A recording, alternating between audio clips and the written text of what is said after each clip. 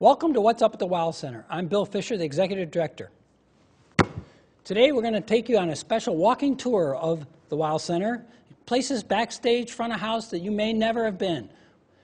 But before that, we're going to talk about a very special show that we have coming, Coach, The Untold Story of Al McGuire, written by Dick Enberg.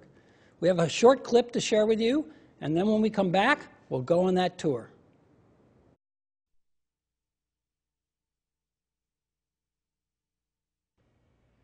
He was the most incredible person I've ever known. I didn't like him at all at first, but I learned that he was impossible not to love. He became my colleague and my friend. He was also a New York street genius. I always like to react in the moment. I call that congratulate the temporary. It's very important not to be over-prepared in life. In fact, I learned quickly, you're never going to be a successful coach until you can throw out your whole strategy 4 minutes into the game if you find out you're wrong. And that's true in life. A guy that loved to fight. Me, I was more the scrappy, annoying guy on defense. In fact, one of my big claims to fame was when I was with the Knicks. I created a really bonehead New York headline. I own Bob Cousy. Nobody owned Cousy, but I had a big mouth. I remember I even brought a plate out of the locker room, put it down by the basket. I said, that's where I'm going to have Cousy for lunch. I guaranteed I was going to hold Bob Cousy to 10 points, and I did it. He had exactly 10 points when I fouled out in the first quarter.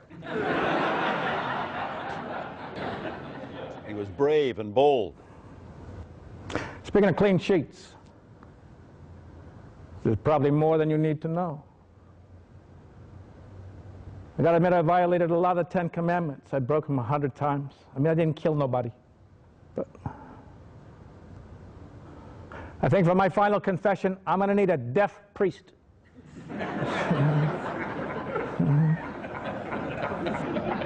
I think we scouted one living outside Milwaukee somewhere. If you're doing things right, you're doing things good. I didn't always do things right. I wasn't always good. I had a dark side. I had a blind spot, like everybody. That's why I'm scared. He was a fox, a rascal. You know what's really important to me in recruiting was to get the mother in the kitchen and give her the pitch. Because mothers, not fathers, make that final call. Am I right? In fact, fathers just get in the way. If you get me along with mama in the kitchen, I will get the kid. He was a mentor, and he was an MC. And like I said, a lot of what I do is off the top of my head. A lot of times I don't even know if I was acting. No, actually, I think I was acting as a coach. Because, I mean, I even wore a whistle to look like a coach. But only on the days they were taking those coaching photos for the program. I never blew it in practice. I never blew a whistle, looked at a film, worked a blackboard, or organized a practice in my life. Never. The whistle? What? It's what I call French pastry. Coach was the most unforgettable character I've ever met. There's no one in second place.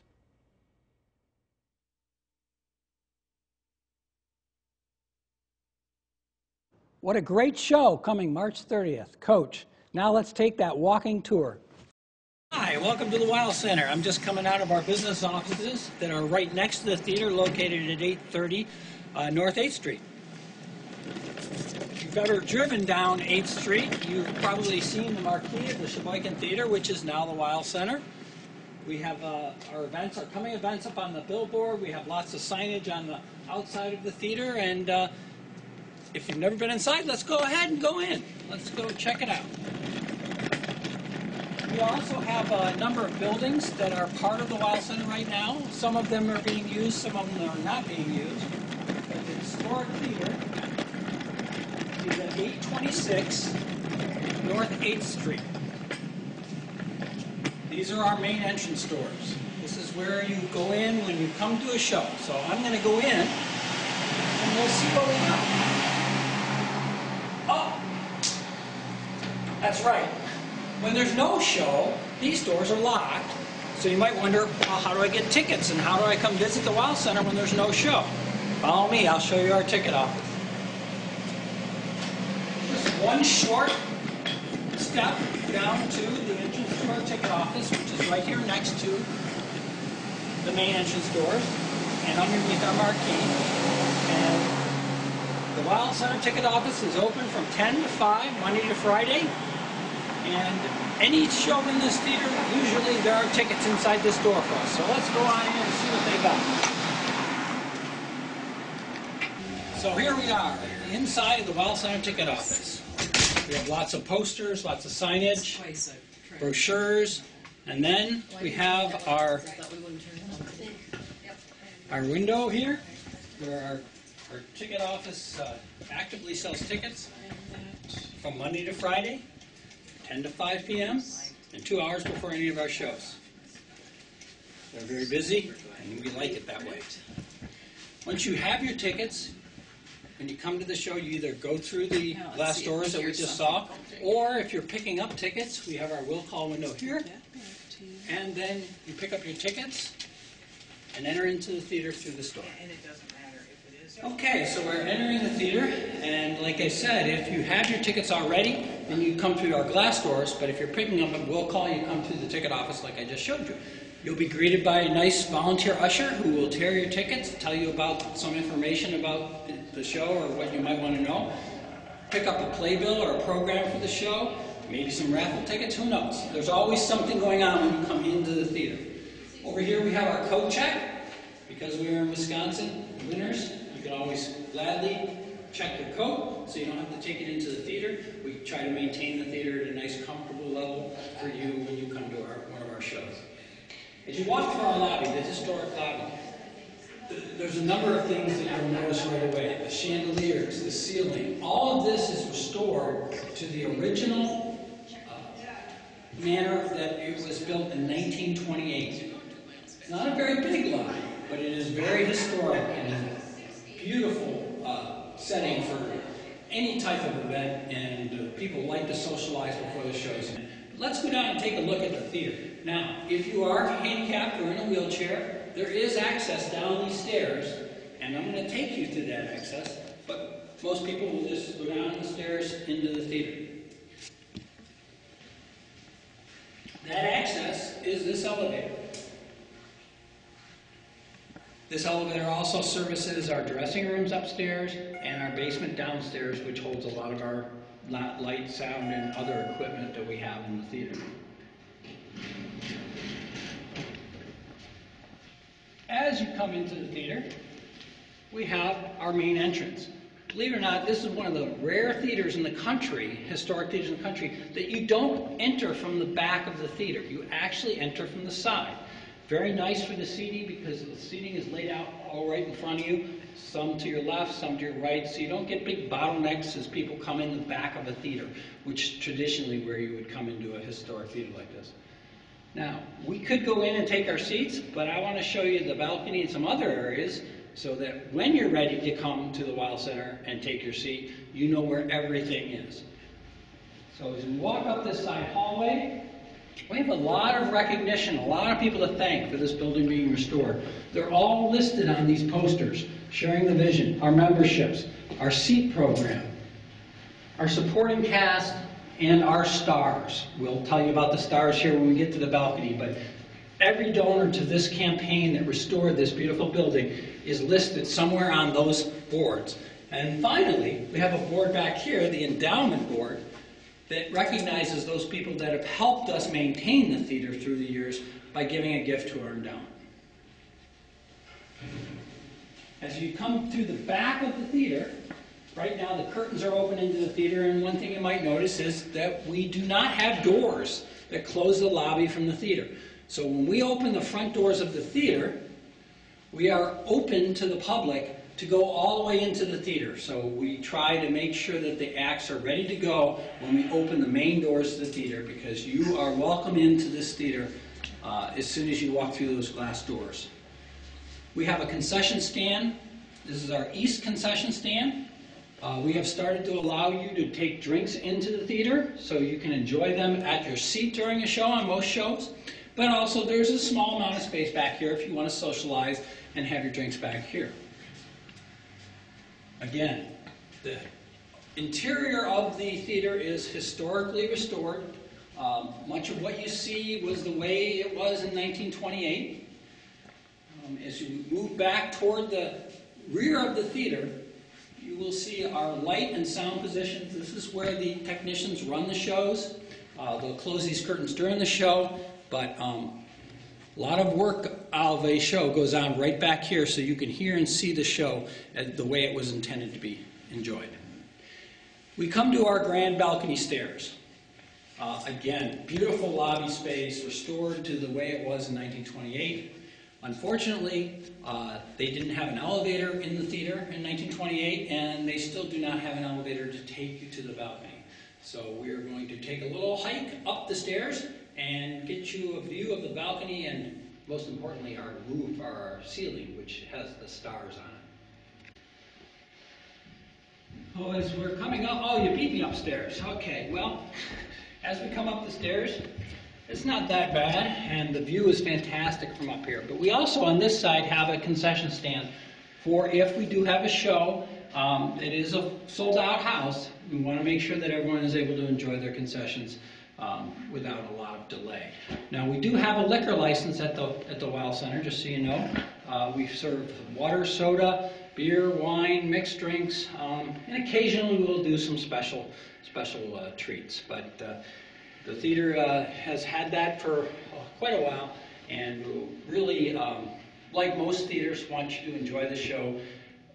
Not only the show, but enjoy some a beverage or a drink with the show. And we have one little set of stairs to get to the balcony left from that mezzanine level, and we are up in the balcony now where we have almost 300 seats up here. Some of the finest seats in the building are in this first 3 rows of the balcony. A lot of theaters, that's called the loge. We just call it the front row of the balcony and the front seats of the balcony, and it's a wonderful place to see a show where you really want to see the depth. And actually, right now, we're offering these seats, all these seats up here, no matter what show it is, for $20.12. They're discounted because we want people to experience the balcony because it's a great place to see our shows. We have a light and projection booth up here where we show some of our movies from, and the feature that most people are drawn to in the balcony is our ceiling, because there's a full array of stars. Every constellation is up there, and donors have named those stars for people, in memory of people, and it's a wonderful atmospheric feature to the theater. And when the lights are down and you're sitting up here in the balcony and you're watching or waiting for a show, you actually feel like you're outdoors on a summer evening with the stars twinkling, not a cloud in the sky. So as we move across the balcony, you'll see we have 3 sections up here. So like I said, there's a lot of seats up here. All have good views. And as you come across more to the center, you can see the entire stage. And then there's another exit on the other side. So as I said, no elevator access, but certainly a group of great seats for any show. And right now, $20.12 for those shows, because we're in the year 2012. So, we're coming out of the balcony on the opposite side now, the west side, and we've got another set of stairs to come down. But again, there's a lot of room here for people when they go to exit, and very, again, beautiful space to be in. Now, one thing I didn't point out as we were going by is the number one asked question when somebody comes into the theater for the first time is, where are your bathrooms, or where are the restrooms? We have several restrooms. We have a set at the end of this hallway. We have sets up in the balcony that we went by, and then there's also bathrooms in the main lobby as we came in. We have another concession stand on the west side of the theater, just like the one on the east side. Again, allowing us to serve as many people as who would like to have their drinks with the show. We're coming into the theater from the right side, and this is the furthest point you can be downstairs away from the theater. And if you look at the view from me to the theater, if you were sitting in this seat, let's say, you're not that far. So really, it is an intimate theater. We have a little less than 1,200 available seats, and not one of them is more than this distance away from the stage. Where I really want to take you is places you've never been, even if you've been here. So what we're going to do now is we're going to walk through the theater, and I'm going to show you backstage. I'm not going to show you how to get there, though, because that would be revealing trade secrets. Actually, I don't want to show you where I'm coming from, but this is now backstage, and some of you might know where that door was, but that's okay. We're now where no man has gone before. No, actually, all the actors, musicians, they've all been here, but welcome to the backstage of the Weill Center. One thing you might notice, it doesn't look like it was built in 1928, because it wasn't. This is the new part of the restoration. We restored the theater, but the buildings on either side were rehabbed, renovated, and made into a backstage for the Weill Center. We have a green room over here, which hosts the production people that come in. They have some food and drink in here. They relax in here before the show. And we're right off the stage right. We also have sets of bathrooms back here, again, for the actors, the musicians, the people actually putting on the show for you, so that they have very convenient ways of getting ready. Our dressing rooms we'll take you to in a little bit, but they're up above us. They're upstairs from here. Now, if you come from the green room and this backstage area, you're coming right onto stage, what we call stage right, because we're the right side as you stand on the stage. As you come through here, you'll start to see some things that you might not recognize. We have rigging, which is a counterbalance system for hanging sets and lights and props. Very theatrical, and if you've ever worked in a backstage, you know what these things do. But if you have just been an audience participant, this is probably the first time you've actually seen the mechanics of how those big sets go in and out, and how the lights are, where they're coming from. You're sitting in the audience and you're looking at the stage and you're going, where are those lights coming from? They're above, and they're all on what we call pipes that get set and focused before the show comes in. Now presently, on the Weill Center stage, we have the orchestra shell set up. This is an acoustic shell, very aesthetically pleasing, looks very nice. You'll see this set up for the symphony when they play here, and for other musical acts. And what this shell does is it keeps the sound of the musicians from going up into this flyloft and sends it out to the audience, because most symphonic concerts or orchestra presentations, the sound you're hearing is not amplified. It is their instruments playing and their voices singing. And a lot of times it's acoustic, which means the sound is going out to you as it comes out of their mouth. It's not going through a sound system, and the shell keeps the sound from going up, because sound wants to go up, and projects it out. It can hold, I believe it's up to 100 musicians on the stage, or choral members and things like that. And we are standing on the orchestra pit now that I spoke about when we were down below. And this is basically a hydraulic lift. And we're going to show you what it does. So magically, I've got the controller, and we're going down now. It does take a little while. We use this pit to bring things from the auditorium level up to the stage level that might not be able to come in another way. But it's designed really to be an orchestra pit, which in traditional theater sense would house musicians playing to a Broadway musical or to a show. We do have a Broadway musical this year on our season, where the musicians will be in the pit. It also can be utilized for extra seating. We can fit about 40 extra seats about right here, I am now at the level of the auditorium.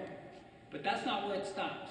There's a basement in this building, and we store things down there that we need to get up on stage. So again, this can be used for that. But also, during a Broadway musical or whatever, you would want the pit to be all the way down so that the musicians' heads cannot be seen by the audience. So you can imagine how far this has to go down before I can get that, accomplish that goal. Just write it down, and you can watch as I disappear into the orchestra pit.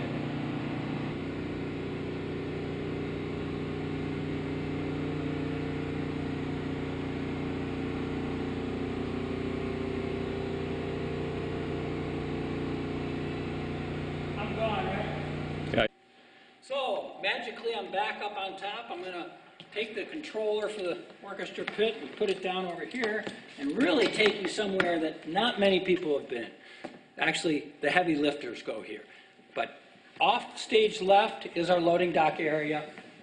We're behind the shell right now, so it's kind of dark back here, but this is where things get stored, but it's also where things get loaded in. When you come to a big show and there's lots of set pieces, lots of props, lots of lighting, sound maybe even, it all comes through this door. As you can see, this door is very, very tall, so up to 20 feet high pieces can come through here and actually come right off a truck onto the stage.